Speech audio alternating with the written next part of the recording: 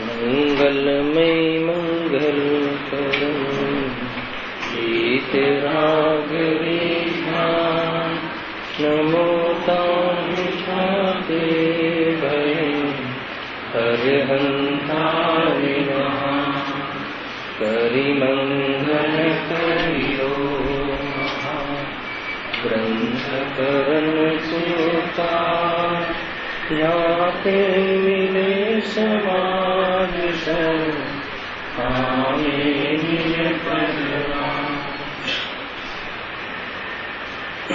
आ श्री मोक्ष मार्ग प्रकाशक ग्रंथ से આગળના પ્રવચનોમાં મંગલાચરણમાં કહેલા પંચપરમેષ્ઠીના સ્વરૂપના અંતર્ગત અરિહંત પરમાત્મા અને સિદ્ધ પરમેષ્ઠીના સ્વરૂપની ચર્ચા થઈ ગઈ છે. હવે આ કન્ટિન્યુઅસ સેશનમાં સાધુના સ્વરૂપ અર્થાત તો આચાર્ય ઉપાધ્યાય સાધુના સ્વરૂપની ચર્ચા કરી. મંગલાચરણ એટલું મહત્વપૂર્ણ છે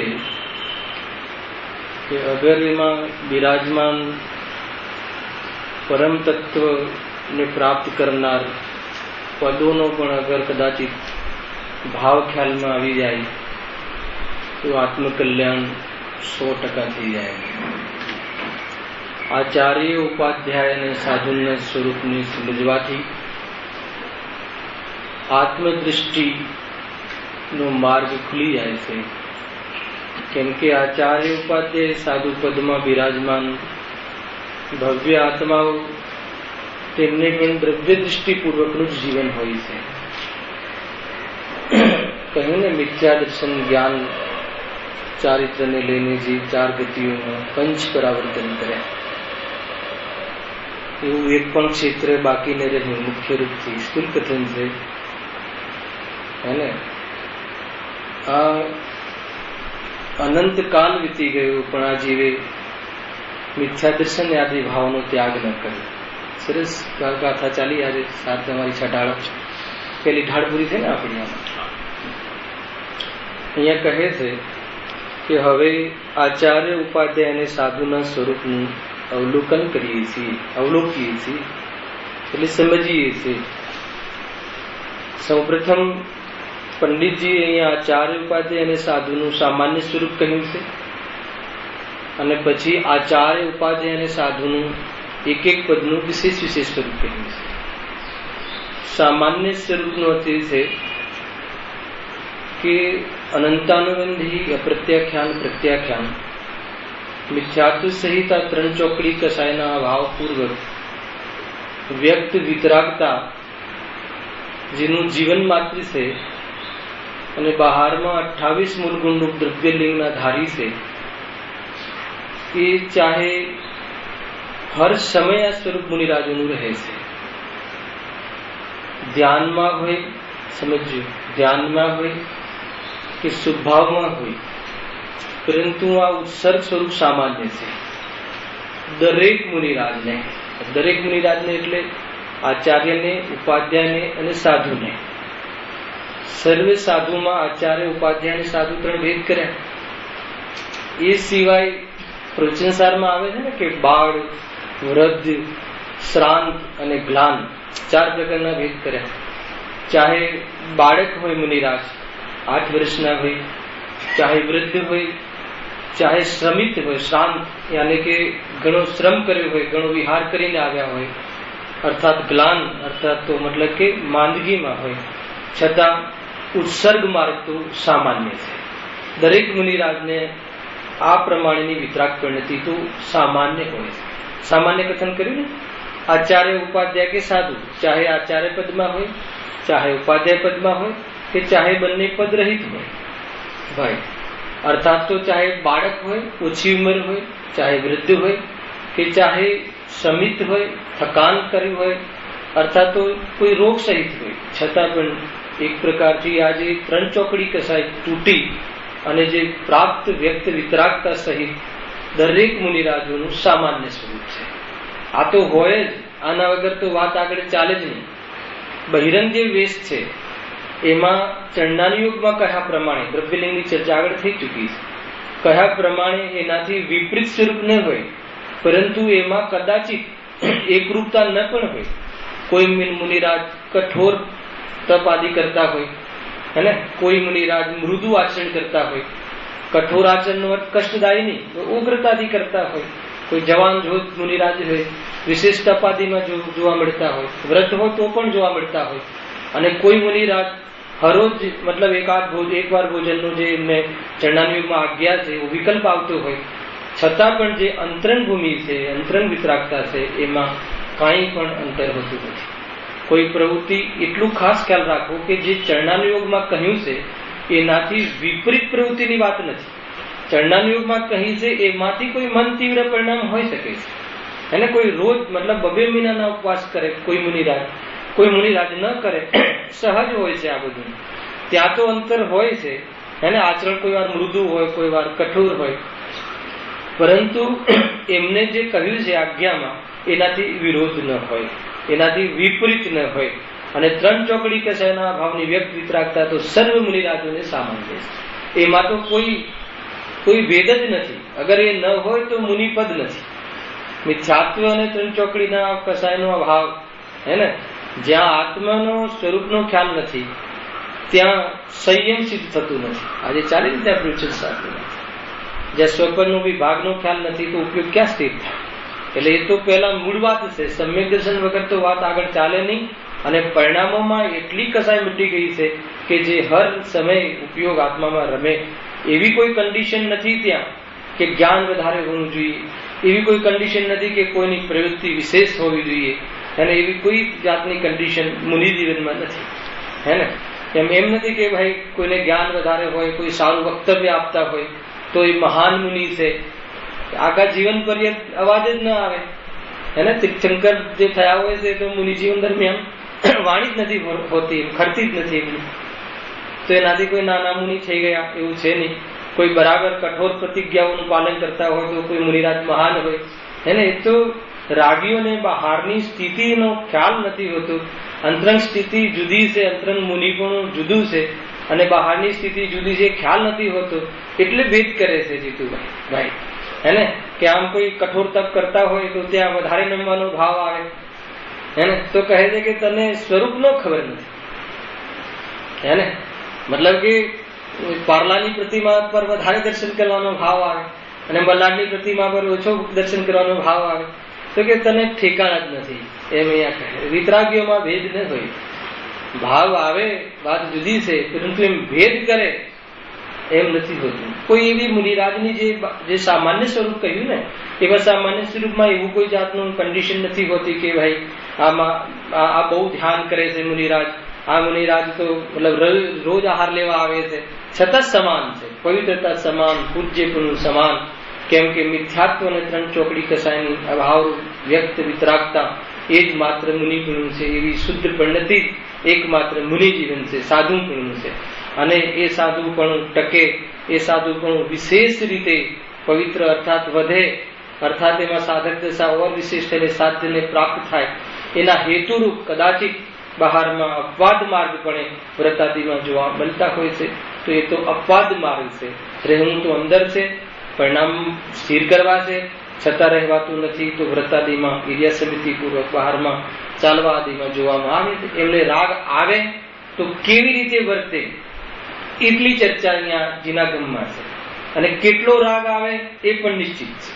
એનાથી વધારે રાગ ન આવે, એનાથી વિપરીત રાગ ન આવે, એનાથી તીવ્ર રાગ ન આવે. એ રીતે ભોજનમાં, વિહારમાં, આહારમાં, નિહારમાં, જ્યાંમાં જે પરિણામ જે રીતે એમની પદ્ધતિ છે એનાથી વિશેષ પ્રવૃત્તિ ન થાય. એ રીતે છે ભાઈ, હે ને. એટલે જ્ઞાનની તો ત્યાં એવી કન્ડિશન જ નથી કે ઘણું પંડિતાય હોય તો અંદરમાં વિશેષ વિતરાગતા હોય, એવું છે જ નહીં. હે ને, તુષ માસ ભિન્ન, હે ને, શિવબુદ્ધિ મુનિરાજને તુષ યાને છિલકા, માસ એટલે અડદ, એ બંને ભિન્ન છે. એમાં તુષ અને માસ એ 2 શબ્દ યાદ રહેતા નતા. સમજ્યો? એટલી મેમરી નહીં, એટલી યાદશક્તિ નહીં, પરંતુ એ ભિન્ન છે, એ એક નથી એવું ભાવ વાસન નિરંતર વર્તાય છે. અને જ્યાં એવી પ્રવૃત્તિ ખ્યાલમાં આવે છે ને ભાવ ભાષણ થયેલી જે અંદરની પદ્ધતિ છે એ ખીલે છે તો શુદ્ધોપયોગ કરીને કેવલ ખ્યાલ લઈ લે છે. તો ત્યાં કોઈ નિયમ નથી કે જ્ઞાન વધારે હોય એમ કરીને સ્વચ્છંદ થવું પણ યોગ્ય નથી. એને જેટલી બુદ્ધિ કે જેટલું આપણું જ્ઞાન વર્તમાનમાં છે એની પૂરી યુટિલિટી તો જીનાગમમાં કરવી જ જોઈએ. છતાં કોઈ વિશેષ જ્ઞાનનો ઉઘાડ ન હોય, કોઈ વિશેષ બુદ્ધિનો વિકાસ ન હોય તો કઈ ભયને પ્રાપ્ત થવા જેવું નથી. કહે છે કે ભાઈ એને દર્શન મોહ વ્યતીત થઈ ઉપજ્યું જે બોધ. જો શું બોધ છે? દેહથી ભિન્ન ચૈતન્યનું માત્ર જ્ઞાન. એટલું જ્ઞાન અંદરમાં વર્તાતું હોય તો આજે એ આ માર્ગને સાધી શકે છે. અને એનું જ આચરણ દેહ સંબંધી પરિણામ તૂટે, દેહ બુદ્ધિ તૂટે, પરિણામમાં એ સંબંધી વિરક્તા આવે અને આત્મ સંબંધી રુચિ થઈ છે એ સંબંધી ઉપયોગ વિશેષ રસ લે, એમાં સ્થિર થાય તો અંદરની પ્રવૃત્તિ વધે, કસાયની નિવૃત્તિ થાય. એ માર્ગ છે, સાધક માર્ગ એ છે. હે ને આત્મ શ્રદ્ધા ને પરિણામોની મગ્નતા અને જ્ઞાન માત્ર તો બહારમાં એકમાત્ર આધારભૂત સાધન. હે ને વાસ્તવમાં તો આત્માના આશ્રયમાં પરિણતિ ઝૂકવી, પરિણામ એમાં રીઝવા, એ જ વાસ્તવમાં માર્ગ છે. મૂળ એ લેવું એટલે કોઈ જગ્યાએ ભયને પ્રાપ્ત નહીં થવું. ક્યારેક કોઈ શબ્દ ભારે આવી જાય તો એમાં કંઈ ગભરાવા જેવું નથી. વાત છે તો એટલું છે કે દેહથી ભિન્ન આત્મા. એને આ અસમાન જાતિ દ્રવ્ય પર્યાય પર એટલું જીવ ઝૂકેલું છે કે બંનેને એક ક્ષેત્ર હોય છે ત્યાં એક પણ એવો ભાષે છે કે આત્માને જુદો જોઈ શકતો જ નથી. તો મુનિરાજનું આ તો મુનિરાજની ચર્ચા છે ભાઈ, કેવું સાદું સ્વરૂપ છે.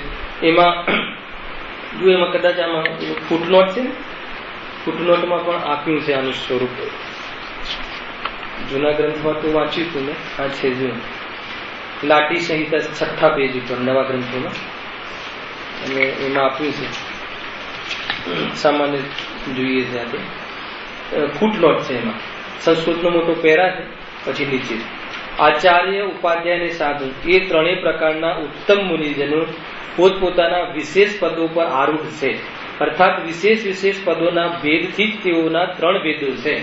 એને હવે અહીંયા શું કામ કહે છે? વિશેષ કાર્ય બતાવશે કે બહારના કાર્યમાં થોડું અંતર છે. એને કયું અંતર છે એ ભૂમિકાની બહારની વાત નથી. કોઈને વિશેષ અનુશાસન સંબંધી વિશેષ યોગ્યતા છે, કોઈને વિશેષ શાસ્ત્ર આદિના જ્ઞાનની વિશેષતા છે, તો એ પ્રમાણે બહારના કાર્યમાં થોડો ભેદ કર્યો છે. એ ભેદ પ્રમાણે પદોના અપેક્ષાએ ત્યાં 3 ભેદ પડે છે. બાકી તો હવે એને ગૌણ કરીને કહેજો, બાકી તો અનંતાનુબંધી, અપ્રત્યાખ્યાનાવરણી અને પ્રત્યાખ્યાનાવરણી આ આસક્તિ છે કસાયની, વિશેષ ચર્ચા થઈ ચૂકી છે. મિથ્યાત્વ શ્રદ્ધાનો દોષ છે અને ચારિત્રના દોષ સંબંધી 4 આસક્તિ રૂપે ભેદ પડે છે. તો અનંત સંસારની આસક્તિ, એ પદાર્થોના છોડવા સંબંધી આસક્તિ અને સર્વ પદાર્થોના છોડવા સંબંધી આસક્તિ જેની તૂટી ગઈ છે, એટલી આસક્તિ તો રહી જ નથી. અશુભ ભાવ તો સત્તામાં નથી. સંજલન કસાય માત્ર સ્વભાવ રૂપ કસાયનો ઉદય છે. તો દેવશાસ્ત્ર ગુરુ આદિ પર અનુરાગ, 28 ગુણના પાલન રૂપ સંયમ હેતુ રૂપ એવી પ્રવૃત્તિ, એટલી કસાય બાકી ઉભી છે. છતાં આપણા જીવનમાં, જે ગ્રસ્તોના જીવનમાં જે 5 પાપરૂપ પ્રવૃત્તિ દેખાય છે એવી પ્રવૃત્તિ તો એમને દેખાતી જ નથી. સમજો, આ મૂળ વાત છે. સૌથી મોટું શ્રીમદચંદ રાજચંદ્રએ કુટુંબ પ્રતિબંધ સૌથી મોટો દોષ કહે. એને કુટુંબ પ્રતિબંધ, એને કુટુંબ નહીં, કુટુંબ પ્રતિબંધ એનો સંબંધ. એને સૌથી મોટું કોઈનું જો આ માર્ગમાં રોકાવાનું કારણ હોય, માર્ગ રોકાઈ જતો હોય તો સૌથી મોટું કુટુંબ પ્રતિબંધ. અને દરેક જીવને જોજો આટલું તો કરવું પડે ને. છોકરાઓ નાના છે, એમની આજીવિકા માટે વ્યવસ્થા તો કરવી પડે ને. માતા બીમાર છે તો કેવી રીતે પ્રવચનમાં આવીએ? તો આ બધું કુટુંબ પ્રતિબંધ છે ને, કુટુંબ પ્રતિબંધાયેલું છે. કહે છે કે અને તને સ્વરૂપની ખબર નથી, કોઈ સ્વચ્છંદ થવાની વાત નથી. જેટલો રાગ આવે છે એટલો સેવાદીનો ભાવ જરૂર આવે. મને કોઈ ભય નથી કે કોઈ સેવા છોડી દે, હે ને. પરંતુ એ રાગ છે એટલું કામ તો દેખાશે, છતાં અંદરમાં જે ઉપાદેયતા છે કે આ મારું કર્તવ્ય છે, એ રીતે જે ઉપાદેયતા રૂપે એ કુટુંબ પ્રત્યે જે વફાદારી નિભાવે છે એ આત્મા નિયમથી ચૂકે છે. અને જે આત્મા ચૂકતો નથી એને બહારની વફાદારી સહજથી નિભે છે. ગ્રસ્ત દશામાં, ગ્રહસ્થ દશા તો વાસ્તવમાં જીવવા જેવી જ નથી. મુનિ અપેક્ષાની જયારે ચર્ચા ચાલે છે ત્યારે વાત છે. કાંઈક સંકિતિ હો છતાં પણ જો યોગ્ય એની સ્વરૂપ લીનતારૂપ પ્રવૃત્તિ મુનિ દશા ન આવે ત્યાં સુધી એને કર્મ, સર્વ કર્મનો અભાવ થવો અસંભવ. ભલે ક્ષાયક સંકિતિ હો, ભલે ને એ છખંડના વિભૂતિ હોય બહારમાં ને અંદરમાં ક્ષાયિક સંકેતી હોય તો પણ એને વાસ્તવમાં મોક્ષ માર્ગ સફળ થતો નથી. જ્યાં સુધી સર્વ રાગ ના તૂટે, અહીંયા તો 3 ચોકડીનો રાગ તૂટી ગયો છે. એટલે કોઈ અણુ માત્ર પ્રત્યે રાગ નહીં. જેટલો એક ચોકડીનો રાગ છે એને સમુદ્રમાં બિંદુ સમાન, એમાં પણ ઉપાદેયતા નહીં, આત્મશ્રદ્ધા. તો એવા મુનિરાજોને એવા મહાન પદ છે. અરે સામાન્ય ગ્રસ્ત દિશામાં પણ જે ધાર્મિક જીવો હોય છે એને બહારના પરિણામો પ્રત્યે કેવી વિરક્તા હોય છે, તો આ તો શહેનશાહ છે એને. એક તો મતલબ કે એક વસ્તુની પણ જરૂર ના હોય એ શહેનશાહ હોય છે. અને એક વસ્તુને પણ પોતાના જીવનમાં સુખી થવા માટે બહારની કોઈ આવશ્યકતા ન હોય, જરૂરત ન પડે, પરાધીનતા નહીં. જો ગ્રસ્ત દિશામાં કેટલી બધી પરાધીનતા છે. ઠંડી લાગે તો ગરમ કપડા જોઈએ, ગરમી લાગે તો એસી જોઈએ, અને કેટલી પરાધીનતા છે. અને મુનિરાજોને કેમ નહીં? કેમ કે દેહ બુદ્ધિ નહીં અને દેહ પ્રત્યે પરિણામ નહીં. એ રીતે એમની સમજતા કે મુનિ છે એટલે એ રીતે સહન કરે, એમ નથી. એ તો વિજયને પ્રાપ્ત થયા છે રાગ ઉપર. દેહ પ્રત્યે આસક્તિ છૂટી જાય અને દેહ પ્રત્યેના પરિણામ છૂટી જાય તો ઠંડુ શું ને ગરમ શું તે જાતિના વિકલ્પ માત્ર આવતા નથી. એવી જાતિનું અંદરમાં આચરણ હોય છે. આ છે મુનિ જીવન. આ સામાન્યપણું છે. આમાં કોઈ છૂટછાટ નથી. બાળક હોય તો એને આટલી છૂટ આપો, વૃદ્ધ હોય તો આટલી છૂટ આપો, રોગ બહુ હોય તો આટલી છૂટ આપો, એવી છૂટ નહીં. 3 ચોકડીની કસાય તો તૂટેલી જ હોય. અને બહારમાં 28 મૂળ ગુણથી વિશેષ અલગ પ્રકારનું પાલન જોવા ન મળે. એમાં જે પ્રમાણે કહ્યું છે એમાં કદાચિત કોઈ એ વખતે કોઈ મૃદુ આચરણ કે કઠોર આચરણ એવી જાતિના ભેદ પડે છે, છતાં પણ એ આગમ પ્રમાણમાં હોય છે. આગમ બારની ચર્ચા નથી. હે ને? નહીં તો કોઈ કહે પંચમ કાલ છે તો અત્યારે થોડી છૂટ આપી દો, તો એમ છે. છૂટ આપવા વાળું કોણ? હે ને? એ તો સ્વયં એટલો રાગ તૂટી ગયો છે તો એમાં ક્યાં વાત આવી?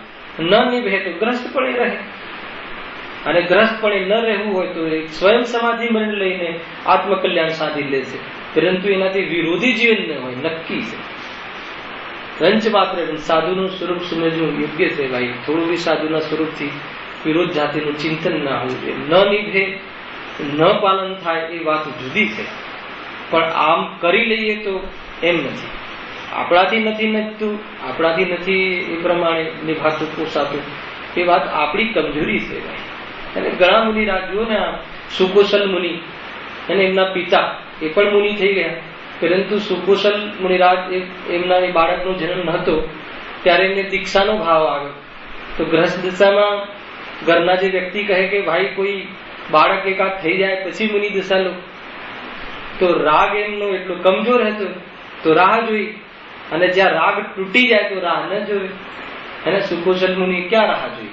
કેટલો પ્રયાસ કર્યો કે મુનિનો સંપર્ક જ ન થાય.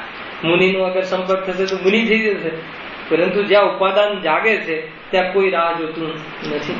છતાં જેટલી રાગની કમજોરી છે એટલી ગ્રસ્ત દશામાં એમની જીવન દેખાય છે જ્ઞાની ધર્માત્માઓનું. છતાં એમને ખ્યાલ આવે છે કે વાસ્તવમાં આ તો અપવાદ માર્ગ છે, ઉત્સર્ગ માર્ગ તો મુનિ જીવન છે. મુનિ જીવનમાં બી છઠ્ઠું ગુણસ્થાન આદિ જે આવે છે એ અપવાદરૂપ હોય છે. વાસ્તવમાં એવું એમને જીવન જીવવું હોતું નથી. છતાં પુરુષાર્થ ચાલતો નથી તો એનાથી વિશેષ જાતિનું કોઈ અલગ જાતિનું જીવન જોવા મળતું નથી. એ રીતે સમજવું પડે. જો આ આચાર્ય ઉપાધ્યાય અને સાધુનું સામાન્ય સ્વરૂપની ચર્ચા ચાલે. ત્રણેયમાં સામાન્ય શું છે? બધામાં સામાન્ય ઉત્સર્ગ નિયમથી, આનાથી વિરુદ્ધ ન હોય. 3 ચોક મિથ્યાત્વ અને 3 ચોકડી વિશેષ ચર્ચા થઈ ચૂકી છે. એનો અભાવ શાના આધાર ઉપર? અકસાય સ્વભાવના આશ્રયથી, અકસાય સ્વભાવના વેદનથી. જ્યાં એમની ભૂમિકાના યોગ્ય કસાય આવે છે એ વખતે પણ આ કસાય છે, આટલો રાગ આવ્યો છે, અને આ રાગ છે આ સ્વભાવ નથી. એવી જે ધારા છે, એવી જે પરિણતિ છે, અંતરંગ પરિણતિમાં એવી જે શ્રદ્ધા જ્ઞાન ચારિત્રની એકરૂપતા છે, એ એકરૂપતાના બલ ઉપર એ સંબંધી બલ આવતું નથી કસાયનું, અને ઉપયોગ ક્યાં જાય છે? આત્મામાં સ્થિર થાય છે. કેમ? કેમ કે નિવૃત્ત છે. 3 ચોકડી જેની તૂટી ગઈ હોય એને સંયોગમાં ઘર, વેપાર, કપડા, વસ્ત્ર, ધાગો, એક ટુકડો પણ ત્યાં જોવા મળતો નથી, અને એ સંબંધી રાગ પણ જોવા મળતો નથી. તો જ નિભે. એને થોડીક જવાબદારી હોય તો આત્મકલ્યાણ સાધાતું નથી. ગ્રસ્ત દશામાં જ્ઞાની ધર્માત્માઓને પણ બહુ લાંબા કાળે શુદ્ધોપયોગ થાય છે. એનું કારણ શું છે? એટલો રાગ ઉભો છે. આમને એટલો રાગ છે નહીં આત્મસાત, આત્માની મસ્તી, અને એકમાત્ર અંદરમાં શુદ્ધ પરિણતિ અને શુદ્ધોપયોગ, બહારમાં એને બતાવવા વાળી 28 મૂળગુણનું પાલનરૂપ દ્રવ્યલિંગ, એવી જાતિની મસ્તી આત્મવૈભવમાં મસ્ત રહે, ચૈતન્યમાં મસ્તી એટલી ઉપડી છે હેને કે અંદરમાં સ્થિરતા હર અંતર મુહૂર્તમાં લે છે. બહારમાં કોઈ બી પદાર્થો પ્રત્યે દાયિત્વ નથી, કોઈ બી પદાર્થની જવાબદારી નથી. પોતાના આત્મકલ્યાણ કરવા માટે ગ્રસ્ત દિશા છૂટી ગઈ છે. એને સમાજનું કોઈ મતલબ કે સમાજ ઉપર આવે કે સમાજમાં કોઈ પ્રચાર થાય એટલા માટે વિહાર આદિ કરતા નથી. પોતાનું સંયમ રૂપ પાલન થાય તો વિહાર કરવાનો વિકલ્પ આવ્યો છે. કોઈ જગ્યાએ સંયમ ભ્રષ્ટ થતું દેખાય તો વિહાર કરી લે. હે એ ગામડામાં 3 દિવસથી વધારે રહેવાનો ભાવ કેમ નથી આવતો? પરિચય વધી જાય તો રાગ એમનો રાગંશ છે, એ રાગંશ કદાચિત અનંતાનુબંધી લાવી દે તો કે એવી જાતિની રત્નત્રયની રક્ષા કરવા માટે એ વિહાર કરી લે છે. અન્ય કોઈ પ્રયોજન નહીં, પોતાનો માર્ગ સધાય એ જ માત્ર. એને કોઈ પ્રભાવના સંસારમાં સમાજ કોઈ ઉત્કર્ષ કરવા માટે મુનિપદ ગ્રહણ કરતા નથી. એમનું ચર્યા જોઈ, એમનું જીવન જોઈ અને કોઈ ભવ્ય જીવ એને પ્રભાવિત થઈ વિતરાગતા માર્ગથી અને આત્મકલ્યાણ કરી લે, પરંતુ એ સમાજને કલ્યાણ માર્ગ માટે મુનિ થતા નથી. પોતાના આત્મકલ્યાણ માટે જ મુનિ થાય છે. એટલો ભાર પણ નહીં. જો એટલી જવાબદારી આવી જાય ક્યાંક પરિણામમાં જવાબદારી આવી જાય તો હર અંતર મુહૂર્તમાં શુદ્ધોપયોગ ન થાય. એ મુનિપદ નથી. હવે બહારની બીજી વાતો તો શું કરીએ બોલો. એને એટલી જિમ્મેદારી જવાબદારી આવી જાય કે નહીં સમાજને કલ્યાણ માર્ગે લાગવું જોઈએ. એમને અંદર ન રહેવાતું હોય અને 2-4 શબ્દ આ કહી દે, એને લખવાનો ભાવ આવી જાય તો આવી જાય, પરંતુ બંધાતા નથી કે મને લખવું પડે, શાસ્ત્ર સભા આવી છે તો સમજાવવું પડે. કોઈ ભાવ નહીં. ગજબની વસ્તુ છે ભાઈ. કોઈ સામે રાજા આવ્યો હોય, કોઈ મહારાજા આવ્યો હોય, સભા જોઈને, શેઠને જોઈને એને જ્ઞાનીઓની વાણી ખરતી નથી. એ તો સ્વરૂપને જોઈને ખરે છે. આપણે તો ગ્રસ્ત દશામાં જીવતા ગુરુદેવની જો ધારા કેવી હતી. કોઈ શેઠને રાજી કરવા માટે કોઈ કથન કહે એમ નહીં. ગજબની વસ્તુ છે. ક્યારે પણ નહીં. સ્વભાવને રાજી કરવા માટે આમ કહું, વ્યવહારથી ધર્મ થાય. એને અત્યારે પુણ્યના ઉદયથી ધન ઘણું મળ્યું છે તો ક્યારે કે નહીં કે અહીંયા લાખ રૂપિયા આપજો, કાંઈ નહીં. આપવાનો ભાવ આવે ગ્રસ્ત દશાના અંતર્ગત, એવો ભાવ તો આવે કે પ્રચાર પ્રસાર થાય એમની ભૂમિકા અંતર્ગત. છતાં પણ પ્રવચનના માધ્યમથી ક્યારે બી કોઈ જીવને કહ્યું હોય અથવા તો એમને કોઈ આડકત રીતે અનુમોદના કરી કીધું હોય એવું સ્વરૂપ જ નથી. જ્ઞાની ધર્માત્માનો તો સ્વરૂપને જોઈને કહે કે ભાઈ ઉપરથી 2-4 કરોડ આપ્યા તો કહે કે ધૂળ છે, ગજબ છે કે એનાથી કોઈ ધર્મની પ્રાપ્તિ થતી નથી. એને ભ્રમ પાલન કરવા જેવો નથી. જ્યાં ગ્રસ્ત દિશામાં આત્મદર્શન થયેલા જીવોનું જીવન આવવું હોય એને તો આ તો શહેનશાહ છે, એ તો આ તો મુનિરાજ છે, એમની કેટલી વિરક્તા સમજવા જેવી છે ભાઈ. આ સામાન્ય સ્વરૂપની ચર્ચા છે. મુનિરાજોમાં કોઈ ભેદ નથી હોતો. અંતરંગ સામાન્ય ઉત્સર્ગ માર્ગમાં, અને ઉત્સર્ગ માર્ગ તો નિયમથી હોય છે. અને અપવાદ માર્ગમાં અંદર જે પડે છે બતાવ્યું બાળ જે બાળક આદિમાં એને વિશેષ મતલબ એને કોઈ એવી કોમ્પિટિશન નથી હોતી કે આ મુનિ 2 મહિનાના મતલબ ઉપવાસ કરે છે તો હું કરું, એવી જાતિનો આગ્રહ નથી હોતો. આગ્રહ હોય તો એ તો પરિગ્રહ થઈ ગયું, તો મિથ્યાત્વ નામનો પરિગ્રહ થઈ ગયો. મુનિ પદ રહેતું ગજબની ચર્ચા છે ભાઈ. હે ને મુનિરાજમાં એવું કોઈ કોમ્પિટિશન નહીં કે આ મુનિ છે, સંઘમાં 1000 મુનિ ચાલતા હોય તો કોઈ મુનિ વિશેષ તપ કરે છે તો હું કરું, એવું કાંઈ જાતિનું કાંઈ નહીં. પોતાનો માર્ગ કેવી રીતે સધાય એવી જાતિનો વિકાસ છે. એકવાર ભોજન લઈને અગર આત્મામાં સ્થિર રહેવાનું પણ નથી રહેતી હોય તો ભોજનમાં નીકળી જાય, અને ભોજનમાં પણ નીકળી જાય તો એ તો ક્ષુધા નામનો પરિસર છે, અને એ પરિસરને તો જીતી લે છે. ભોજન ન મળે તો આકુળતા ન કરે, એટલી કસાય જ ન રહે ત્યાં. એટલે આવશે પરિચય છે. એમાં 7મા અધિકારમાં વિશિષ્ટ ચર્ચા છે. આ તો સામાન્ય સ્વરૂપની ચર્ચા છે ભાઈ. મુનિરાજનું સ્વરૂપ અગર ખ્યાલમાં આવી જાય તો આપણને આ ગ્રસ્ત દશાની જે ભીખ માંગવાના પરિણામ છે ને એનાથી ભિન્નતાનો અનુભવ કરવાનો ભાવ આવી જાય. એટલે કેવું સ્વરૂપ છે એ રીતની વાત છે. રાગ બુદ્ધિને રાગ તૂટી જાય. સારી રામાયણ તો આ રાગથી એકત્વ બુદ્ધિ. ગુરુદેવ રાગનો રાગ કહેતા. મિથ્યાત્વ, અને મિથ્યાત્વ ગયા પછી ક્રમથી રાગ જાય છે. રંચ માત્રે પણ મતલબ કે બહારમાં મતલબ અપેક્ષા નહીં, નિરપેક્ષ જીવન છે. અને ગ્રસ્ત દશા તો અટકે ને પટકે. ભોજન જોઈએ તો બહારમાં ક્યારે પત્ની રસોઈ બનાવે અને ક્યારે ભોજન મળે, દુકાન ચલાવી હોય તો ક્યારે નોકર આવે, હેને? અત્યારે તો લેબર જ નથી, હેને? વર્કર્સ જ નથી, છે કે નહીં? બધાની સમસ્યા છે. એ સમસ્યાનું સમાધાન અહીંયા કહીશ. શું સમાધાન છે ભાઈ? કે વર્કરના કારણે નથી થતું કે આ તો મારો મોહ છે, મને આટલો રાગ આવ્યો છે, ત્યાં કેમ આવતા નથી?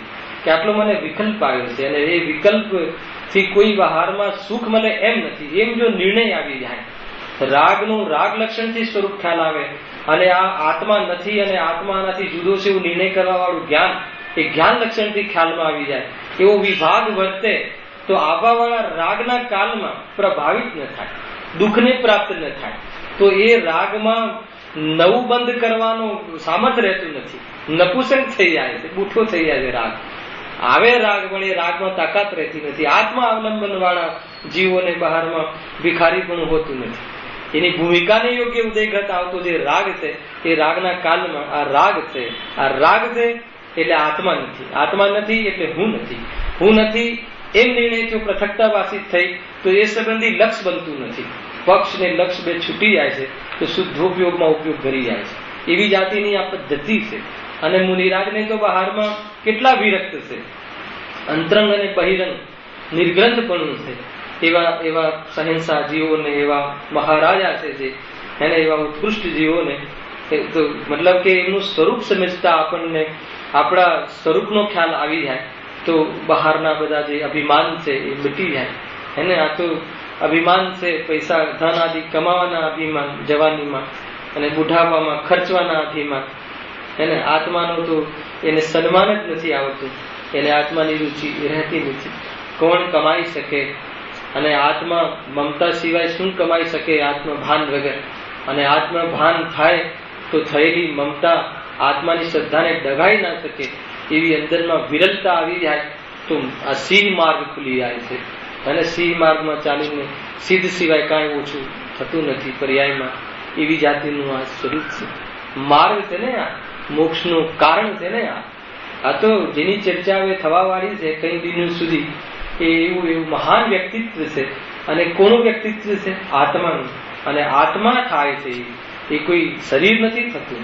આત્મા થાય છે ત્યારે શરીરની સ્થિતિ શું, અને એ જ્યાં સુધી આત્મા અને શરીર ભિન્ન થઈને સિદ્ધ અવસ્થા થતી નથી તે વખતે મુનિ માર્ગમાં કેવી જાતિના પરિણામો રહે છે, છતાં એ પરિણામો પ્રત્યે રંચ માત્ર પણ લક્ષ્ય નહીં, અભિપ્રાયમાં લક્ષ્ય નહીં, એવી જાતિની આ સિંહ વૃત્તિ વાળા જે મુનિરાજ છે પ્રભાવિત નહીં. એને આપણને તો એમ લાગે જો મુનિરાજ 2 મહિના સુધી ભોજન લેતા નથી, આપણને બહારની પ્રવૃત્તિનો મહિમા આવે છે. એવો મુનિરાજ ઠંડીમાં ક્યાં રહે? આગ્રહ જ નહીં, રંજ માત્ર પણ આગ્રહ નહીં, સહજ વાળું જીવન હોય છે ભાઈ. જો બાકી તો અનંતાનુબંધી, અપ્રત્યાખ્યાનાવરણી અને પ્રત્યાખ્યાનાવરણી એ ત્રણેય પ્રકારના કસાયોનો અભાવ હોવાથી પરિગ્રહ માત્રનો ત્યાગ કરી એ ત્રણેય મોક્ષ પ્રાપ્તિ અર્થે મુનિ થયા છે. કોણ? ત્રણેય. અહીંયા ત્રણેયનું સામાન્યપણું, ત્રણેયમાં સામાન્યપણું આ છે અને આ જ મુનિ ધર્મ છે. હે ને, આ મુનિ ધર્મ છે. અને બહારમાં 28 મૂળ ગુણ આદિ છે તો મુનિ ધર્મ નથી. મુનિ ધર્મની ઓળખાણ કરાવવા વાળા બાહ્ય પરિણામ છે. ખ્યાલ આવ્યો કે નહીં? પરંતુ મુનિ ધર્મ સાક્ષાત એ નથી. સાક્ષાત મુનિ ધર્મ તો આ પ્રગટ વિતરાગતા છે, અંદરમાં રાગ તૂટી ગયો છે. દરેક મુનિરાજ, કોઈ મુનિ હોય, કોઈ આચાર્ય ન હોય તો એનામાં કઈ આ જુદું હોય એમ નથી હોતું. પૂરી આ રીતની વિતરાગતા છે એમ. જો તેથી એ ત્રણેયનો હેતુ એક છે. એ બતાવે ને, ત્રણેયનો હેતુ એક છે. બાહ્ય વ્રતાચરણ રૂપ ક્રિયા તથા નિર્ગંત અવસ્થા એ ત્રણેયની સમાન છે.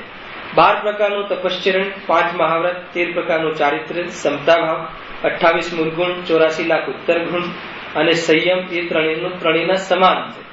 22 પરિશ્ય, ઉપસર્ગ સહનતા, આહારચર્યા વિધિ, સ્થાન અને આસન વગેરે ત્રણેયના સમાન છે. મતલબ બાહ્ય પણ 28 મૂળ ગુણ સામાન્ય રૂપે સમાન છે. પ્રવૃત્તિમાં તીવ્રતા મનતા હોઈ શકે. એટલે આ એ પણ બતાવે છે કે 28 થી કોઈ ઓછું વધારે ન હોય. હે ને, 22 પરિશ્ય જય, ઉપસર્ગ આદિમાં કેવી સ્થિતિ બને, આસન, એને કોઈ વૃદ્ધ થયા હોય તો ઘર બનાવી દઈએ એમ ના હોય એ રીતે જરા પણ નહીં. કોઈ એક જગ્યાએ આવાસ કરી લે એને મતલબ કે ચલાતું ન હોય તો એક જગ્યાએ શિલા ઉપર કાયમી ટકે એમ ન હોય. દરેક જગ્યાએ એમનું જે ત્રણેયની સ્થિતિ છે બધી સમાન સમાન છે. જો આનો વિસ્તાર કરીશું, અત્યારે વાંચી લેવું છું, આપણો વિષય આગળ લેવો છે. અંતરબાહ્ય સમ્યક દર્શન જ્ઞાન ચારિત્ર રૂપ રત્નત્રય અર્થાત મોક્ષ માર્ગ પણ એ ત્રણેયના સમાન છે. દર્શન જ્ઞાન ચારિત્ર સમાન છે.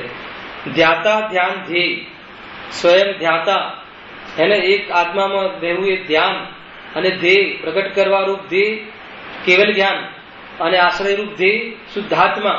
એક ધ્યાન ધ્યાતા ધ્યેય સમાન. ત્રણેય મુનિરાજ આચાર્ય ઉપાધ્યાય સાધુ, ચાહે કોઈ ઋષિ મુનિ હોય, ચાહે કોઈ ગણધર હોય કે ચાહે કોઈ બાળક મુનિ હોય, બધાનું ધ્યાતા ધ્યાન ધ્યેય સમાન છે. સ્વયં ધ્યાતા કોના? શુદ્ધાત્માના. ધ્યેય શું? દરેકનું પ્રાપ્ત કરવા રૂપ તો મોક્ષ, પ્રગટ કરવા રૂપ, અને આશ્રય રૂપ શુદ્ધાત્મા. આ સિવાય કોઈ ધ્યેય નહીં. કોઈ ધ્યાનમાં હોય ત્યારે પણ, સુખોપયોગમાં હોય ત્યારે પણ, ક્રિયા સમિતિપૂર્વક ચાલતા હોય ત્યારે પણ, કાં તો આત્મામાં લીન હોય ત્યારે પણ આ પરિસ્થિતિ ધ્યાતા ધ્યાન તેની પરિસ્થિતિ સમાન, વિતરાગતા સમાન, બધાનું ધ્યેય સમાન. કોઈ મુનિરાજ સુવાચનમાં ચાલતા હોય તો એનું ધ્યેય બદલાઈ ગયું એમ નથી, અને કોઈ મુનિરાજ ધ્યાનમાં હોય ત્યારે કોઈ એનું ધ્યેય આત્મા હોય ત્યારે એમ નથી. બધી સ્થિતિઓમાં દરેક મુનિરાજોનું એકમાત્ર ધ્યેય તો શુદ્ધાત્મા છે. શુદ્ધાત્માની રુચિ, શુદ્ધાત્માનો પ્રેમ અને શુદ્ધાત્મામાં લીન રહેવું એકમાત્ર ધ્યેય. એ રીતે બે ધ્યેય કહ્યા ને, પ્રગટ કરવાનું ધ્યેય અને એક આશ્રયભૂત ધ્યેય. પ્રગટ કરવાનું ધ્યેય શું છે? સાધ્ય દશા. સાધ્ય દશા કહો, પૂર્ણ દશા કહો, મોક્ષ દશા કહો, કેવલ જ્ઞાની અધીન પરમાત્મા, સિદ્ધ પરમાત્મા ને સાધ્ય દશા છે. સાધ્ય થઈ ગઈ તે દશા છે. સાધ્ય શું કરવું છે? કેવલ જ્ઞાન, પૂર્ણતા. અને શાના દ્વારા સાધ્ય થાય તો કે શુદ્ધાત્મા. ખ્યાલ આવ્યો? એ આશ્રયભૂત. અને એ આત્મામાં, શુદ્ધાત્મામાં પ્રવૃત્તિ, એને એ બી એક કારણ કહ્યું, મોક્ષ માર્ગ. આ બધું સમજવું. પૂર્ણ મોક્ષ, મોક્ષ માર્ગ અને આશ્રયભૂત તત્વ. એ સિવાય ત્રીજી વાત જ નહીં. મુનિરાજોને મતલબ કે હું આટલું પાલન કરું કે હું નગ્ન રહું છું, એ તો સહજ છે. એમાં તો લક્ષ પણ હોતું નથી. એ તો પરદ્રવ્યની પ્રવૃત્તિ છે. એ તો જળ દ્રવ્ય, શરીરની ઉત્પાદભાઈ દ્રવ્ય, દ્રવ્ય ગુણ પર્યાયમય વસ્તુ છે. તો એ સ્વયં સ્વતંત્ર રીતે થાય છે. એક વાર પણ લક્ષ કરતા નથી એ બધું પાલન કરવા માટે. ભાઈ કેવું સ્વરૂપ છે! જો અંતરોન્મુખ પ્રવૃત્તિ થાય તો આ બધું બહારમાં સહજ હોય છે. એને ઉપયોગમાં પણ લાવવું પડતું નથી. એવી જાતિનું સ્વરૂપ છે. જો પછી ઓર શબ્દ વાપર્યા છે, જ્ઞાન, જ્ઞાતા, જ્ઞાન, ધ્યેય. પહેલા કહ્યું ધ્યાતા, ધ્યાન, ધ્યેય. હવે કહે છે કે જ્ઞાતા, જ્ઞાન, ધ્યેય. જ્ઞાતા કોણ? સ્વયં. જ્ઞાન શું? જ્ઞાન શું? સ્વપરનું વિભાગ વાળું જ્ઞાન. હે ને? જ્ઞાન માત્ર જાણવાની બુદ્ધિ વાળું જ્ઞાન ની ચર્ચા નથી. અહીંયા આત્મજ્ઞાન, વેદ જ્ઞાન, વિભાગ વાળું જ્ઞાન. રાગ આવે તો રાગથી પૃથક આત્મજ્ઞાન. એટલે ગે શું બન્યું? ગે તો સ્વગે પરગે બધું બન્યું, પરંતુ ગે સ્વગે ની બુદ્ધિ વધી. એવું જ્ઞાતા, જ્ઞાન, ગે ની એકરૂપતા. આ રીતે પ્રવૃત્તિ ચાલે છે ભાઈ. ક્યાંય પણ દોષ ન આવવો જોઈએ. જો જ્ઞાન શું છે? જ્ઞાન એટલે તો આપણે પણ જાણીએ છીએ, આપણે પણ પદાર્થોને જાણીએ છીએ, આપણે પણ દેહથી ભિન્ન આત્માને જાણીએ છીએ. તો દેહથી ભિન્ન આત્માને જાણવાની સાથે આત્મજ્ઞ થવું, આત્મામાં ઉપયોગ રમવો, દેહની રુચિ તૂટવી, એ મૂળ છે. એ રુચિ રહેતી નથી. પૃથકતાનો ખ્યાલ આવે તો આત્મજ્ઞાન સાથ થાય છે. તો એ જે આત્મજ્ઞાન, એમાં શું જ્ઞેય બન્યું? શુદ્ધાત્મા જ્ઞેય બન્યું. અને પરગે સ્પર્શતા જ્ઞેય બન્યું. તો એ રીતે આત્મામાં આત્મા જ્ઞાન આ રીતે થતું એ જ્ઞાતા, આત્મજ્ઞાન અને ધ્યેય, શુદ્ધાત્મા ધ્યેય, એવું જ એનું જીવન છે. એટલે આમાં એ બતાવવું છે કે બીજું કોઈ એમનું જીવન જ નથી, બીજો કોઈ ઉદ્દેશ નથી. હે ને? બીજો કોઈ ઉદ્દેશ નથી. ગ્રસ્ત દશામાં તો જ્ઞાનીઓને જ્ઞાયક પ્રાપ્ત થયો હોવા છતાં ઘણા ઉદ્દેશો હોય છે. એને ઘણા જે છે ને ચક્રવર્તી, આ મતલબ કે દેશની રક્ષા કરવું, અને આપણા જીવનમાં મંદિર આદિના સાચવણીના ભાવ. મુનિરાજોને આ ભાવ હોતા નથી. એ એમનું કર્તવ્ય જ નથી. ગજબની વાત છે. મુનિરાજની ભૂમિકાનો એ ભાવ જ નથી. મંદિરની સાર સંભાળ કરવી, હે ને? અરે ઘણી વિકૃતિઓ ચાલે છે ભાઈ, પણ એ સ્વરૂપ નથી. બહારમાં ભણતર માટે કોલેજોમાં ધ્યાન આપવું એ તો મુનિરાજોની વાત તો ત્યાં તો છે જ નહીં, પણ મંદિરો આદિની પણ રક્ષા થાય મુનિરાજનું કર્તવ્ય નથી. ગજબ છે. એ સંબંધી લક્ષ્ય પણ નહીં, વિચાર પણ નહીં. એ તો એટલું લક્ષ્ય બને છે કે એમના નિમિત્તથી એકેન્દ્રીય જીવ આદિને પણ દુઃખ ન પહોંચે. એ એટલું એમના નિમિત્તથી એટલી મર્યાદામાં રાગ હોય છે એમના નિમિત્તથી. એટલે શું કે એમને જેટલો રાગ આવે, શું રાગ આવે ભાઈ? ભોજનનો રાગ આવે એક વાર, અર્થાત વિહારનો ભાવ આવે, તો એ રાગ આવ્યો, એ એમને આવ્યો એમની ભૂમિકામાં. એ વખતે એકેન્દ્રીય જીવ આદિ પણ હણાય નહીં, અર્થાત એ પ્રવૃત્તિમાં કોઈ જીવને દુઃખ પહોંચે નહીં. એટલી દયાનો ભાવ એમને હોય છે. એમથી દયાનો ભાવ વધારે ન હોય, હે ને? બહારમાં મતલબ કે આજે છે ને બહારમાં માનો કે ગૌશાળાઓ છે, તો એ ગૌશાળાઓ ઉભી કરવી એવી જાતિનું કામ મુનિરાજનું નથી. ગજબની વાત છે. એ તો ગ્રહસ્થ દિશામાં ધાર્મિક જીવો સંવેગ આદિ પરિણામના કારણે એવી જાતિના બહારમાં પ્રવૃત્તિ દેખાતી હોય છે, છતાં પણ ઉપાદેયતા નથી હોતી. ગ્રસ્તમાં જ્ઞાનીઓ જે હોય એને સંવેગ, આસ્તિક્ય આદિ સમ્યક દ્રષ્ટિના બાહ્ય ગુણ કહે, અનુકંપા, કરુણા આદિ ભાવ આવે છે. તો એ બધા ભાવ સમ્યક દ્રષ્ટિ જીવને ગ્રસ્ત દિશામાં હોય છે, છતાં હોવા છતાં એમાં ઉપાદેયતા હોતી નથી. મુનિરાજના ભૂમિકાના ભાવ નથી. એ તો એટલો રાગ તૂટી ગયો છે કે આત્મ સાધના કરવા માટે કે હાલ ઉભા થઈને હમણાં નિશ્ચિત થઈ જશે એવી જાતિની અંદરમાં પ્રવૃત્તિ હોય છે. એટલી જવાબદારી હોય તો આત્મકલ્યાણ ન થાય. મૂળ વાત એવી છે, હે ને? અને એટલી જવાબદારીમાં ઉપાદેય બુદ્ધિ હોય તો આ સૂત્ર ખાસ ખ્યાલ રાખો. ઉપાદેય બુદ્ધિ એટલે હું હોય તો ઘર ચાલે, એ ઉપાદેય બુદ્ધિ.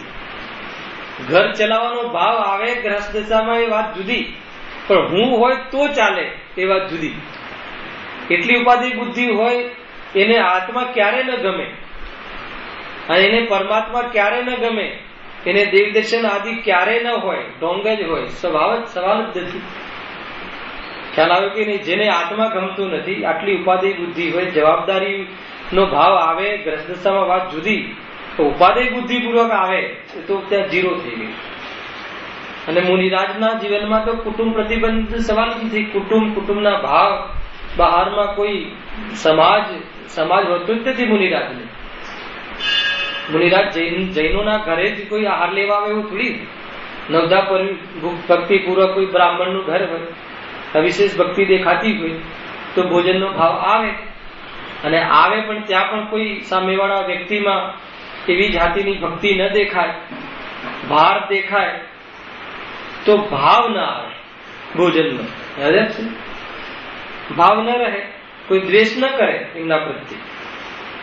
એવું છે નહીં. એમને તો બહારના વ્યક્તિઓ પ્રત્યે એવો વિભાગ જ પડતો નથી. સૈનિક રાજા જૈન ધર્મના વિરોધી હતા, તો એમને કોઈ અલગ આશીર્વાદ આપે એવી જાતિનો ભાવ મુનિરાજોને હોતો નથી. કેમ કે એમને એવી દ્રષ્ટિ જ નથી. એને જે રાગથી ભિન્ન પોતાની દ્રષ્ટિ વધી છે અને જેના પરિણામ તૂટી ગયા છે, એને બહારમાં ક્યાં એવી જાતિના ભાવ આવે? ગજબની વસ્તુ. જો એ રીતે જ્ઞાતા જ્ઞાન જ્ઞેય, હવે તથા દર્શન, જ્ઞાન, ચારિત્ર અને તપ, એ 4 પ્રકારની સમ્યક આરાધના મેં 4 ચાહું. આ 4 આરાધના: શ્રદ્ધા દ્વારા આરાધના, જ્ઞાન દ્વારા આરાધના, ચારિત્ર દ્વારા, રમણતા દ્વારા આરાધના, સાધક દશા દ્વારા, શુદ્ધોપયોગ દ્વારા એ શુદ્ધાત્માની આરાધના, તપ દ્વારા આરાધના, એમની ભૂમિકામાં રહેલા રાગમાં પણ વિશેષ પ્રતપન દ્વારા ત્યાગ કરીને ઉપયોગનો બગાડ ન થાય એવી રીતે આત્મકલ્યાણ સાધતા એ આરાધના. એ 4 પ્રકારની આરાધના છે. શરીર દ્વારા કોઈ આરાધના નથી, શુભ દ્વારા આરાધના નથી, 28 મૂળ ગુણ પાલન કરીને કોઈ આત્માની આરાધના નથી. એ તો હેતુ પણ એટલે કહ્યા કે એટલી મંદ કસાય રહે અને એનાથી તીવ્ર ન રહે તો હર અંતર્મુહૂર્તમાં એ છૂટવારૂપ કાર્ય થાય છે. કેમ કે ઉપાદેયતા હોતી નથી. કસાયની એટલી મનતા હોય છે તો તરત તૂટી એ ચોકડીમાંથી બી ઉપયોગ છૂટી અને આત્મા એમાં શુદ્ધ ઉપયોગ રૂપ લીનતા કરે. એ રીતની પ્રવૃત્તિ હોય છે. સમજવા જેવું છે. આનો વિસ્તાર આવશે, પરંતુ આ સમજવું જરૂરી છે ભાઈ. મુનિનું સ્વરૂપ સમજવું બહુ જરૂરી છે. એનું અન્યથા સ્વરૂપ ગુરુનું સ્વરૂપ છે ને. આટલું એકમાત્ર પંચ પરમિષ્ઠી ગુરુ કહા, અને એ ગુરુ જે માત્ર પૂજ્યતાને પ્રાપ્ત હોય છે એવી જાતિનું આ ગુરુ પણ ગજબની સ્વરૂપ છે. દર્શન, જ્ઞાન, ચારિત્ર અને તપ એ 4 પ્રકારની સમ્યક આરાધનાઓનું આરાધન તથા ક્રોધાદિ કસાયોનો જય કરવો પણ એ ત્રણેયનો સમાન છે. કોણ ત્રણેયનો? આચાર્ય, ઉપાધ્યાય, સાધુ. ત્રણેયનું શું સમાન હોય છે કે 4 પ્રકારની આરાધના અને ક્રોધાદિ પર જય કરવો. જે આ પરિચય છે ને એના પર વિજય, એ વિજયને પ્રાપ્ત થવું. એટલે એ વખતે એમાં ઉપયોગનું ઉલજવું નહીં, અને ઉપયોગ એમાં ઉલજે ક્યારે નહીં, ત્યારે શુદ્ધાત્માનું આશ્રય પણ એટલું વધી ગયું હોય છે કે જે ક્રોધાદિ ભાવમાં ઉલજતા નથી. તો એવી જાતિનું જે કાર્ય છે એ સર્વ મુનિરાજોને સામાન્ય છે. ચાહે આચાર્ય હોય તો કઈ સંઘની ખબર કરવા માટે અથવા સંઘની વિશેષ ખ્યાલ કરવા માટે, હે ને, એ પ્રમાણે આચાર્ય થયા છે. તો હવે મારે તો 4,000 મુનિરાજોની સંભાળ રાખવી પડશે, તો એના માટે કઈ મુનિ થયા નથી. એ મુનિને પણ આ સામાન્યપણે આ હોય, પોતાની આત્મ સાધના છોડીને અન્ય વિકલ્પ એમને હોતો નથી, ભલે આચાર્ય પણ હોય. એટલા માટે સર્વ સામાન્ય આ કહે. ઘણા એમ થાય ને, ઘણા પ્રશ્નો મારે આવે મલાડમાં કે 4,000 મુનિરાજો હોય, હવે એક મુનિરાજ આવીને ભોજનથી આવીને એમને કહે તો આ મુનિરાજનું અંતર્મુહૂર્ત ક્યાં જાય? તો એમ હોતું નથી. એ તો બીજા અનેક મુનિરાજોને કામ સોંપી દીધેલા હોય છે, એટલે ઓટોમેટિક હોય છે. ત્યાં પણ સિનિયોરિટી ને જે જુનિયર સિનિયર હોય ને, ત્યાં એવી જાતિનું આચાર્યની આજ્ઞામાં વ્યવહાર ચાલતા હોય છે. કોઈ દરેક 4,000 મુનિરાજોને એ મુનિરાજ મળે અને એ તો ક્યારે પછી પોતાની આત્મ સાધના કરે, હેને. એ તો સ્થૂલ કથન છે કે દરેક મુનિરાજ ભોજનથી આવીને આચાર્ય આગળ પોતાના ભાવ વ્યક્ત કરે કે મને આ દોષ આવ્યો હતો કે આમ થયું હતું, તો એ પ્રમાણે પ્રતિક્રમણ એ તો એમનાથી જે મતલબ કે સિનિયર હોય એ મુનિરાજ પાસે પણ વ્યક્ત કરીને એવી જાતિના કાર્યો કરતા હોય છે. સામાન્ય આચાર છે. એ કોઈ એ મુનિરાજે 4,000 મુનિરાજોનો ઠેકો લે તો એ ક્યારે આત્મસાત ના કરે? તો એનું સ્વરૂપ નથી. જો વધારે શું કહીએ, ટૂંકામાં એટલું જ કે એ 3 પ્રકારના મુનિજનો ઉપર પ્રમાણે સર્વ પ્રકારથી સમાન છે. એનો અર્થ કે અમે શું વધારે કહે, અને અંતરંગપણથી અંદરનો આનંદ મુનિરાજોને સમાન છે. ક્યારે નીતિનભાઈ? કોઈ મુનિરાજ ધ્યાનમાં હોય, કોઈ મુનિરાજ શુભાચરણમાં હોય, કોઈ મુનિરાજ આહારમાં હોય, દરેક સ્થિતિઓમાં દરેક મુનિરાજ સમાન વિતરાગી છે, સમાન આનંદિત છે. કયા મુનિરાજ? કે જે મુનિરાજને મિથ્યાત્વ અને 3 ચોકડી કસાયનો અભાવ થઈ ગયો છે, એટલી કસાય તૂટી ગઈ છે, તે મુનિરાજ એમની ભૂમિકા અનુસાર 28 ગુણના પાલનમાં વ્યક્ત રાગમાં હોય, અર્થાત કોઈ મુનિરાજ 7મા ગુણસ્થાન શુદ્ધોપયોગમાં હોય, છતાં તમામ મુનિરાજ સમાન સમાન સમાન સમાન છે, સમાન વિતરાગી છે, સમાન આનંદ વાળા છે. એવા કોઈ મુનિરાજને નાના કે કોઈ મુનિરાજ મોટા હોતા નથી. અને આવો ઉત્સર્ગ માર્ગ તો દરેક મુનિરાજને સામાન્ય છે, નિયમ છે. સામાન્ય આ રીતે હોવું એ નિયમ છે. આનાથી વિરુદ્ધ કોઈ મુનિ હોતા નથી, આનાથી વિરુદ્ધ હોય તો મુનિ હોતા નથી. એ સ્વરૂપ છે. અને 28 ગુણ દરેક મુનિરાજને હોય છે. એમાં પાલનમાં, એમાં મૃદુ આચરણ ને કઠોર આચરણ, એમાં એવા ભાગ પડતા હોય છે. તે સિવાય બાકીની સર્વ ક્રિયા કેટલે આવી? ભેદ માત્ર એટલા જ છે કે ભેદ બતાવે છે. ભેદ માત્ર એટલા જ છે કે પોતપોતાના પદ અનુસાર જે કઈ વિશેષતા છે તે જ માત્ર અહીં રહી જાય છે. તે સિવાય બાકીની સર્વ ક્રિયાવા પ્રકારો એ 3 સમાન છે. ભેદ કેટલો છે? થોડુંક પોતાના પદ અનુસાર કોઈને વિશેષ ભણાવવાનો ભાવ આવે અને કોઈને સંચાલન કરવાનો ભાવ આવે, એ પણ નીચે લખ્યું છે. કોઈને કેવું હોય હમણાં વાંચીએ છીએ. એ વાત ન્યાયથી સિદ્ધ છે. આચાર્ય, ઉપાધ્યાય અને સાધુ એ મુનિત્રય મહાપુરુષોમાં સર્વથી શ્રેષ્ઠ છે. અને આ ત્રણે શ્રેષ્ઠ છે. ક્યાં? મહાપુરુષોમાં આ પદ શ્રેષ્ઠ છે. એટલે કે આપણને એમ લાગે કે આચાર્ય શ્રેષ્ઠ છે, આપણને એમ લાગે કે ઉપાધ્યાય શ્રેષ્ઠ છે, તો અહીંયા કઈ 3 સમાન શ્રેષ્ઠ છે. યદ્યપિ અધ્યાત્મ તો માર્ગ કહે છે કે માર્ગ સાધનામાં તો આચાર્ય અને ઉપાધ્યાય પદ તો ઉપાધિ છે. જ્યાં સુધી આચાર્ય અને ઉપાધ્યાય પદ હોય ત્યાં સુધી શ્રેણીનો પુરુષાર્થ થતો નથી. જ્યારે જેને મોક્ષ થાય છે મુનિને, તો આચાર્ય અને ઉપાધ્યાય પદનો જાહેરમાં ત્યાગ કરે છે કે આજથી હું કોઈ આચાર્ય પદને અથવા બીજાને આપીને જાય એવી વ્યવસ્થા છે સામાન્ય કથન માત્ર, કે હવે આ જવાબદારીનો ભાવ મને આવતો નથી, એ રીતનું છે. તો એટલે અધ્યાત્મ તો કહે છે કે થોડું પણ પદનો અંદરમાં લક્ષ્ય ઉભું રહે તો કહે છે કે એવી જાતિની વિતરાગ પણ થતી નથી. હવે આપણે કેટલા પક્ષને લક્ષ લઈને બેઠા છીએ, આપણી ભૂમિકામાં એ વિચાર કરવો, ખ્યાલ આવે કે નહીં? તો એ પક્ષ અને લક્ષથી આત્માની સાધના થઈ શકતી નથી. એક જ પક્ષ, શુદ્ધાત્મા આપણો પક્ષ અને એ આપણું લક્ષ. એ પક્ષ બની ગયા પછી કદાચિત એમાં ઉપયોગ સ્થિર ના રહેતો હોય તો દેવશાસ્ત્ર ગુરુનું અનુરાગ આવે, એ આદિ આ પ્રવચન આદિ કરવો કરાવવાનો આ તત્વ પ્રચાર પ્રસારનો ભાવ આવે, પરંતુ એનાથી બચાતું નથી એમ સમજીને આ તો રાગ છે એવી અંદરમાં ધારા ખ્યાલમાં રાખવું, ભાનમાં રહેવું, તો એનું કર્તવ્ય માની લે તો એ પછી સ્થૂલપણે ખ્યાલમાં આવે છે. એને 4-5 વિદ્વાનો જ્યાં મળી જાય છે ત્યાં પછી ખ્યાલ આવે છે કે મારું પહેલા રાખો, એને બપોરે વધારે માણસો નથી આવતા તો મારું સવારે રાખો, તો કહે કે આ એ રોગ છે. અરે સામે એક વ્યક્તિ બેઠું હોય અથવા ન બેઠું હોય તો તારું ક્યાં એનાથી કલ્યાણ રોકાય છે? પછી સ્થૂલમાં ખ્યાલ આવે નીતિનભાઈ, અંદરમાં રોગ હોય ને એ જયારે અત્યારે આપણને કોઈ રોગ શરૂ થઈ ગયો હોય અંદર શરીરમાં પણ જયારે આમ દેખાય ત્યારે ખ્યાલ આવે પણ શરૂ તો ક્યારથી થઈ ગયું હોય. તો એ રીતે છે આ બધા રોગ. તો એવી જાતિની પરિસ્થિતિ છે ભાઈ, અટકવાના માર્ગ તો ઘણા છે. ભાવ આવે ન આવે નહીં, ગ્રહસ્થ દશાને આ ભાવ ના આવે તો કયો ભાવ આવે? છતાં એ ભાવ છે એ રાગ છે, એ સ્વરૂપ નથી, એ ધારા, એ ભાન રાખવું. બસ એ ભાન રહે તો એનો મહિમા નહીં આવે અને એ સંબંધી આગ્રહ નહીં રહે. સહજતાથી જે ભાવ આવે તો આવે, ન આવે તો ન આવે, બસ. તો એ રીતે પોતાના આત્મકલ્યાણને સાધવું જોઈએ. જો કે તેમના મૂળ ગુણો વા ઉત્તર ગુણો સામાન્ય ગુણોની અપેક્ષાએ સમાન છે, તો પણ તેમના કાર્યની અપેક્ષાએ તરતમ રૂપે ત્રણેયમાં પરસ્પર ભેદ છે. સામાન્ય રૂપે એટલે 28 મૂળ ગુણ એ તો સામાન્ય રૂપે તો સમાન છે, પરંતુ કાર્યની અપેક્ષાએ તારતમ્યતા જોવા મળે છે. કાર્યની અપેક્ષા એટલે કોઈને એમાં માની લો કે ઈર્યા સમિતિ પૂર્વક ચાલવાનો ગુણ તો સામાન્ય છે, છતાં કોઈને ચાલવાનો ભાવ ન આવે તો ન ચાલે. ઈર્યા સમિતિ પૂર્વક ચાલવું એવું જરૂરી થોડી છે, એ તો ચાલે તો આ પ્રમાણે જ ચાલે, એ રીતે સમજવું. ચાલવું પડે, મુનિરાજોને 28 મૂળ ગુણ પ્રમાણે વર્તવું પડે એમ છે નહીં, પણ વર્તવાનો ભાવ આવે તો આ રીતે જ વર્તે.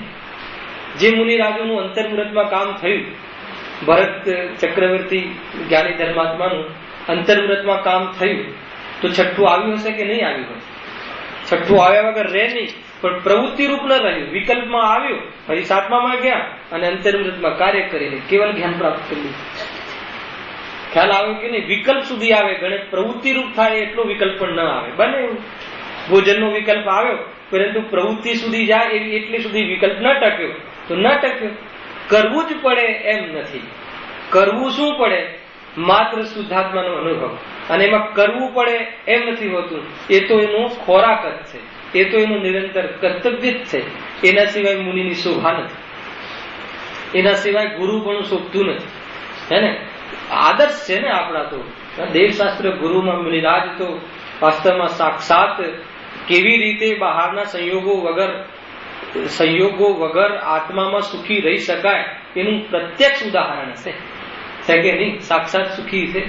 એમનો ચહેરો પણ જોઈએ તો કરુણાના સાગર, રંચ માત્ર પણ આમ કોઈ જગ્યા આમ આતુરતાથી જોઈ રહ્યા હોય એવી અપેક્ષા નહીં, સામે કોઈ પણ આવે પણ અપેક્ષા નહીં કે ભાઈ ગમે તેવી ગરમી, ઠંડી, ઉપસર્ગ આવે તો પણ કોઈની આશા નહીં.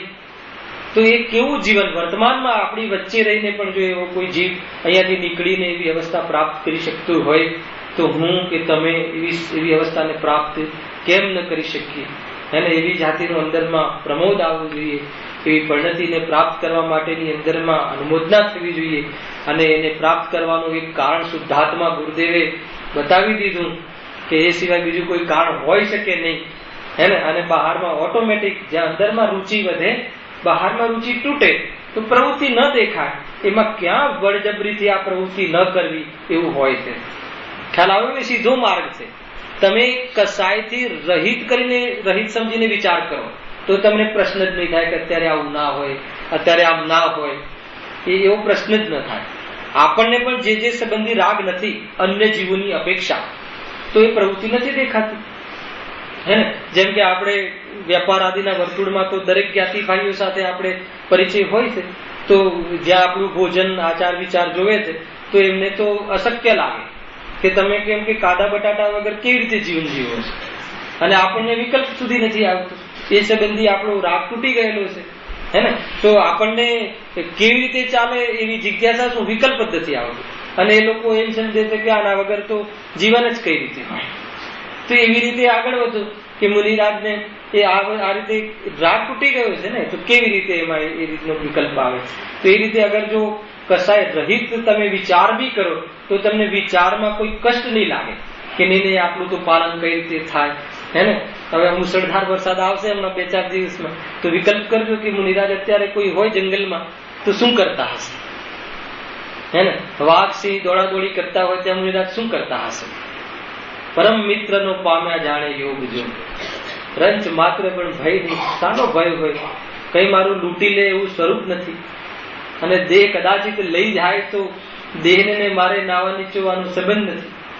જ્યાં એવી જાતની બુદ્ધિ તૂટી હોય ને રાગ તૂટી ગયો હોય, એકવાર આમ વિચાર કરીને અનુભવ કરી જોજો, તમને આ શરીરથી ભિન્ન અંદરમાં ભાવ ભાષણમાં ખ્યાલમાં આવશે, હે ને? બહારમાં કોઈ ગમે એટલા પર પ્રત્યાઘાત કે ઉપસર્ગ કરે, કાંઈ થતું નથી. એની પાછળ શું રહસ્ય હશે? 8-8 વર્ષના 9-9 વર્ષના બાળક આવી જાતિના મુનિ થઈને આ વિચરણ કરતા હશે, તો એનું રહસ્ય શું છે? એ રહસ્ય ગુરુદેવે ખોલી દીધું કે ભાઈ એમ નહીં સમજો કે સહન કરે છે, એમ નહીં સમજો એ તો શુદ્ધાત્માનો રૂચિવાળો જીવ છે. બે ભેદ પડી ગયા છે. ત્યાં શરીરને કોઈ લઈ જાય, લાવે, કે આજે જાય કે કાલે જાય, કાંઈ એમને વિકલ્પ હોતો નથી. એવી જાતનું આ તો મુનિનું સ્વરૂપ છે ભાઈ. જો હવે ભાવાર્થમાં ત્રણેયનું જે અંતર છે એ કહ્યું છે, અને એ અંતર ધર્મ સાથે સંબંધ નથી રાખતો. મગજમાં રાખજો. જે જ્ઞાનનો ઉઘાડ આગળ પાછળ હોય, કોઈ અર્થાત કોઈને અનુશાસનની કોઈ વિશેષ પ્રવીણતા હોય, એની સાથે આ વિતરાગ ધર્મને સંબંધ નથી. તદ્યપિ તે જ્ઞાની જીવો તો એમ માને છે કે મને આટલો વિકલ્પ આવ્યો છે, અને આપણે એમ સમજીએ છીએ કે જુઓ આ મહાન છે. એ તો આપણે વિશેષ એ મુનિરાજોથી આપણું નિમિત્તપણામાં વિશેષ આપણું કાર્ય સધે છે, એટલે એમને વિશેષ આપણે નમસ્કાર કરવાનો ભાવ આવે છે. આપણે દીક્ષા લેવી હોય તો આચાર્ય પાસે જઈએ, એટલા માટે આપણે આચાર્યનું વિશેષ એમાં પદ આગળ રાખ્યું. પણ વાસ્તવમાં આધ્યાત્મિક માર્ગમાં તો આગળ પાછળ કાંઈ હોતું નથી. વિતરાગતા સમાન તો બધા સમાન. એ રીતે તો બાહ્યમાં ભેદ રાગ્યોના આધાર પર ભેદ છે, અને કાર્ય પણ રાગનું છે. આચાર્ય કહે છે કે આ જે આચાર્ય પદ છે એ રાગનું કાર્ય છે, એ કોઈ વિતરાગતાનું કાર્ય નથી. વિતરાગતામાં હેતુ બને છે એટલે અમારા જીવનમાં દેખાય છે, છતાં પણ અમને ઉપાદેયતા નથી. એવી જાતિનું જીવન છે. જો એ ત્રણેયના કાર્ય અલગ અલગ હોવાથી તેમના પદ પણ અલગ અલગ છે. કયા કાર્ય? અર્થાત આચાર્યને આદેશ અને ઉપદેશ દેવાનો અધિકાર છે. આદેશ કોણ આપે? આચાર્ય. અને ઉપદેશ પણ કોણ આપે? બંને કાર્ય આચાર્ય કરે છે. અને ઉપાધ્યાય માત્ર ઉપદેશ દેવાનો અધિકાર ધરાવે છે. આ અધિકાર એટલે શું? એટલો વિકલ્પ રહે છે. એમની કે અધિકાર એટલે એમને કોઈ અધિકાર આપી દીધો નહીં, કે એવી જાતિનો વિનય રહે છે અન્ય મુનિરાજોમાં. અને આ મુનિરાજોને એવી જાતિનો એમનાથી જો જે જુનિયર મુનિરાજ હોય એમાં કોઈ દોષ ઉત્પન્ન થતા હોય તો એવી જાતિનો કહેવાનો ભાવ આવે છે. એ સિવાય અન્ય કોઈ મુનિરાજ બાજુમાં બેઠા હોય તો આદેશ રૂપે ન કહે. ગજબની વાત છે. અને આપણે તો કોઈ વિદ્વાન સમજાવતો હોય તો બાજુમાં 2-4 જણ ઉભા હોય તો સમજમાં ન આવે તો શાંતિથી ન સાંભળે, ચાલુ પડી જાય કહેવા માટે. તો અહીંયા કહે છે કે એવું સ્વરૂપ નથી. પ્રશિક્ષણ શિબિરો હોય છે ને, એમાં આ બધું શીખવવામાં આવે છે. સાંભળવાના ગુણો કેવા હશે, આપણે વિદાતાના શ્રોતાના ગુણો કેવા અને વક્તાના ગુણો કેવા. અરે જ્યારે સાંભળવાનું હોય હંમેશા વિદ્યાર્થી બનીને જીવન જીવવું. ગમે એટલી ખબર પડતી હોય, સામેવાળો વ્યક્તિ આપણાથી ઓછો જાણકાર હોય તો પણ એકવાર શીખવાના રૂપે જ સેવન કરવું તો કહે છે કે માર્ગમાં આવવાની સરળતા થઈ. તો માર્ગમાં આવવું બહુ કઠિન છે. તમે જોજો, આ તો પ્રેક્ટિકલ છે. પછી તમારું કોઈ નહીં સાંભળે તો દ્વેષ ચાલુ થઈ જશે, પછી એ વ્યક્તિ પ્રત્યે તમારી જુદી ધારણા ચાલુ થઈ જશે, પછી તમે અલગ, તમારું ટોળું અલગ થઈ જશે, પછી તમે 5-7 જણ અલગ અલગ સ્વાધ્યાય કરતા થઈ જશે, અને છેવટે કેટલા ટુકડા થઈ જશે. આ થાય છે. અને એક શુદ્ધાત્મા કોમન રહે તો એ છત્રના અંતર્ગત સર્વ જીવો કલ્યાણ પામે. આ છે ને આપણાની વાત છે. પછી માન લો કે રાકેશભાઈ વિશેષ ખ્યાલ આવે છે તો એ 4 ઝંડેની અલગ ચર્ચા ચાલે, પછી હું 4 ઝંડેની અલગ ચર્ચા કરું. એ આ છે, આ બધી બીમારી ત્યાં ચાલુ થઈ જાય છે. કેમ કે એને આગ્રહ છે. અરે સમજવા માટે આગ્રહ ન હોય. હા, ખ્યાલ ન આવે, પૂછીએ, વિશેષ ખ્યાલ આવે, ચર્ચાના માધ્યમથી સમજીએ, વાત જુદી છે. એ તો આવશે શ્રોતાના સ્વરૂપમાં, વક્તાના સ્વરૂપમાં. કેવી જાતિનો યોગ્ય વક્તા હોય છે, કેવી જાતિનો યોગ્ય શ્રોતા હોય છે, એવી જાતિનું સ્વરૂપ આવશે. ઉપાધ્યાયને માત્ર ઉપદેશ દેવાનો જ અધિકાર છે, તથા અન્ય સાધુજનોને ન આદેશ દેવાનો કે ન ઉપદેશ દેવાનો અધિકાર છે. અને આચાર્ય એક હોય, ઉપાધ્યાય કોઈ 1-2-4 જે સંઘમાં ચાલતા હોય, તો અન્ય મુનિરાજોને તો ન ઉપદેશ દેવાનો અધિકાર છે કે ન આદેશ દેવાનો અધિકાર છે. અધિકાર છે એટલે એટલો વિકલ્પ જ નથી આવતો. અને આ મુનિરાજોને વિશેષ એટલો વિકલ્પ આવ્યો છે તો એમ સમજે છે કે હજુ અમને આટલો વિકલ્પ આવ્યો છે. સમજો, તમે ધ્યાન રાખજો.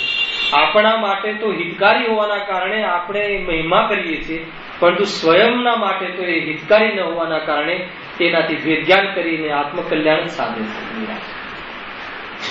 છે. ભાઈ, આ તો સમજાવવાનો અને સમજવાના જે ભાવ આવ્યા છે એ તો અવદૈક ભાવ છે. ખ્યાલ આવે છે ને અહીંયાથી, હે ને? આપણે વાત થઈ ને બેન પહેલા કે સમજવાનો ભાવ પણ અવદૈક. અરે અવદૈક જ છે સમજવાનો ભાવ, હે ને? એ તો સાથે જે જ્ઞાન થાય છે પેટમાં, પુરુષાર્થમાં, એ જ્ઞાન વિભાગ કરી લે તો સમજવાનો વિકલ્પ તૂટી જાય. સમજવાનો વિકલ્પ હશે ત્યાં સુધી આત્માનુભૂતિ નહીં થાય. અને આત્માનુભૂતિ પહેલા સમજવાનો વિકલ્પ આવે એ વાત જુદી.